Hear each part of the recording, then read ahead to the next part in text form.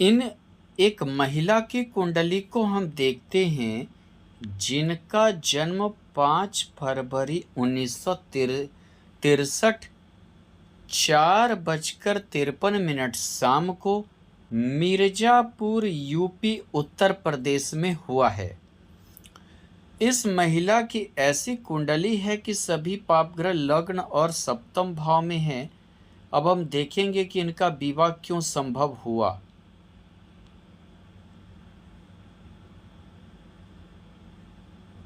अगर हम इनके लग्न कुंडली को देखें तो यहाँ मंगल नीच का है, राहु के साथ अंगारक योग में है।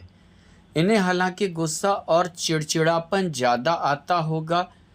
अंगारक योग के कारण बिना सोचे समझे कुछ चीज़ में डिसीज़न लेती होंगी और ये डिसीज़न के कारण कभी कभार के अपने आप को ही ज़्यादा सही मानना, चाहे वो गलत हो या सही हो।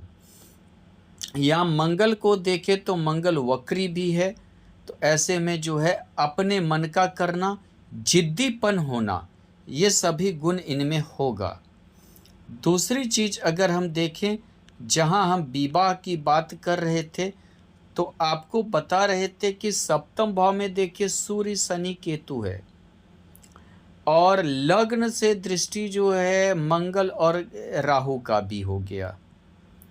यानी कि देखिए तो एक तो मंगल पाप ग्रह में गिनती आता है, राहु पाप ग्रह में गिनती आता है, सूर्य शनि केतु, सूर्य कठोर ग्रह और शनि केतु पाप ग्रह में यहाँ गिनती आता है। यहाँ पाप ग्रह हो गया। यानी कि आप देख सकते हैं इस कुंडली में कि सभी पाप ग्रह, चाहे ये लग्न में है या सप्तम भाव में है। यानी कि अगर माने तो इनका विवाह लेट से होना चाहिए, नहीं होना चाहिए, इस तरह के कंडीशन ये बनाते हैं। क्योंकि सूर्य भी तुड़वाता है, शनि लेट से करवाता है। ये चीज़ें इन्हें अवरोध ला सकता है, अवरोध में डाल सकता है। लेकिन इसके साथ साथ दो ऐसे योग हैं जो इनका बढ़िया भी है। पहली बात, सप्तमेश शनि सौग्री होकर सस योग बना रहा है। पंच महापुरुष में से एक योग सस योग बना रहा है और ये शनि दिग्बली भी है, दिशा बल है। इसे पश्चिम दिशा की ओर है, पूरब लग्न हुआ तो पश्चिम दिशा की ओर है, यानी कि ये दिग्बली भी है। शनि में बल है और शनि में बल है तो चाहे जैसे भी हो विवाह करवाएगा। दूसरी बात, सबसे इम्पोर्टेंट चीज को आप देखिए, यहाँ पर ठीक सप्तम भाव से द्वादश और सप्तम भाव से द्वितीय शुभ ग्रह है। यहाँ बुध शुक्र है, यहाँ गुरु स्थित है। यानी जिसको कहते हैं शुभ कर्तरी योग।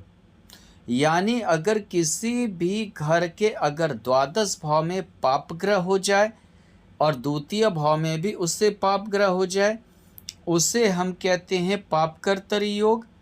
और अगर यहाँ शुभ ग्रह हो जाए, जैसे कि आप देखिए गुरु खुद शुभ ग्रह है, गुरु यहाँ खुद शुभ ग्रह है, यहाँ देखिए शुक्र और बुध शुभ ग्रह है, यानी कि इसे कहेंगे हम शुभ कर्तरी योग। और जो घर शुभ कर्तरी योग में होता है उस घर का अच्छा फल प्राप्त होता है, यानी कि विवाह होने के योग बन जाते हैं, विवाह हो जाते हैं। और यहाँ पर जो है विवाह में हालांकि देरी भी नहीं हुआ, क्योंकि सप्तमेश की महादशा में विवाह संभव हुआ है, इसीलिए ज़्यादा देरी या लेट भी नहीं हुआ, क्योंकि ये सक्रिय है, सप्तमेश सक्रिय है। दूसरी बात, यहाँ देखिए तो पंचमेश विवाह का लगना, मंगल की भी दृष्टि है, विवाह का लगना। मांगलिक कुंडली तो है, लेकिन मांगलिक कुंडली होने का वजह ये नहीं है कि आपका शादी में अवरोध होगा। लग्न में मंगल है, पति के स्वभाव से दिक्कत हो सकता है, वैचारिक मतभेद बहुत ज़्यादा रह सकते हैं, अपना जिद्दीपन चलाएंगे। लेकिन इससे विवाह का टूटना, विवाह का ना होना कोई मतलब नहीं बनता है। पंचमेश, सप्तमेश यानी विवाह का लगना, सप्तम भाव विवाह का होना, पंचम भाव विवाह का लगना।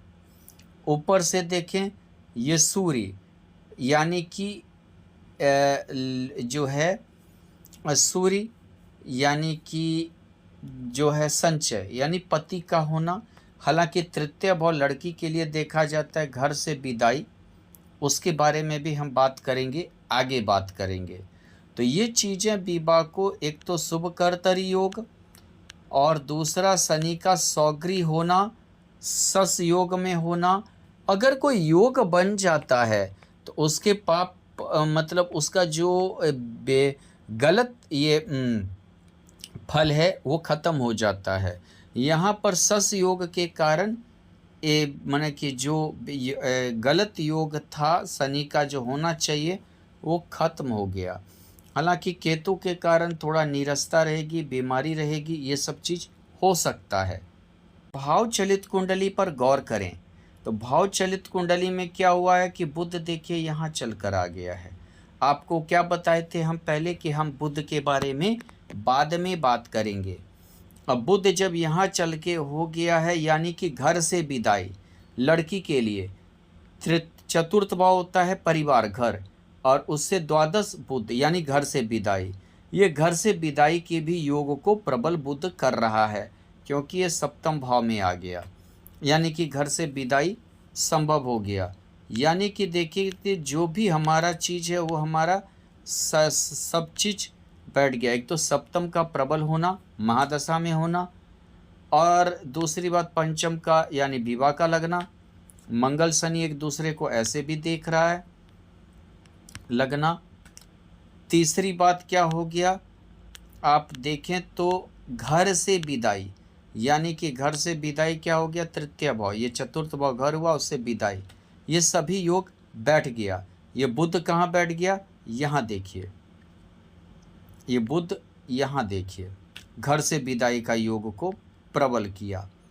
कहाँ पर, भाव चलित कुंडली में, जिससे कि विवाह संभव हो गया, वैवाहिक जीवन संभव हो गया।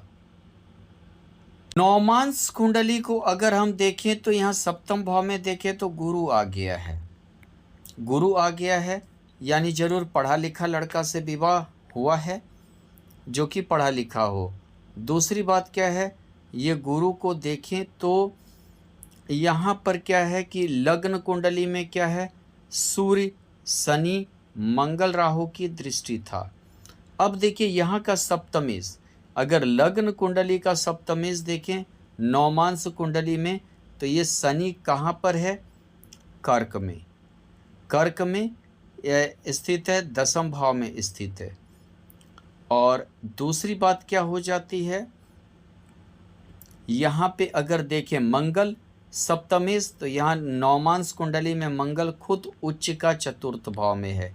मांगलिक कुंडली तो यहाँ भी बनाता है, नौमांस लग्न कुंडली और समझिए कि नौमांस कुंडली दोनों से मांगलिक है, लेकिन यहाँ मंगल उच्च का है, यानी कि यहाँ मंगल समझिए विवाह का योग को प्रबल भी किया और जो वैवाहिक जीवन संभव हो पाया। तो गुरु शुभ काम करवाता है। और लड़की के कुंडली में गुरु और जो है मंगल को खासकर देखा जाता है।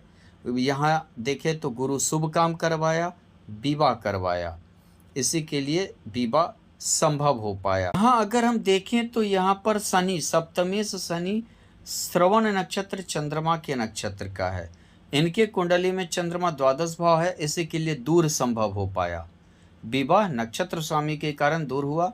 ये यूपी की हैं, लेकिन इनका विवाह कहाँ हुआ, राजस्थान में, दूसरे स्टेट में हुआ इनका विवाह।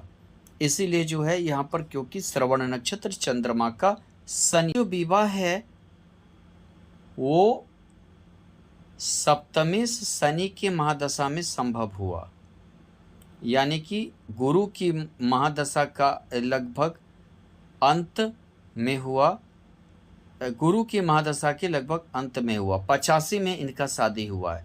नौमांस कुंडली को देखें इनका तो सप्तम भाव में गुरु है, इसी के लिए गुरु अपने महादशा में विवाह के योग को संभव किया। शनि सप्तमेश था। शनि की महादशा 19 साल चलती है, जिसकी वजह से इनका वैवाहिक जीवन सप्तमेश की महादशा में अच्छा रहा और बुध की महादशा में भी अच्छा रहा।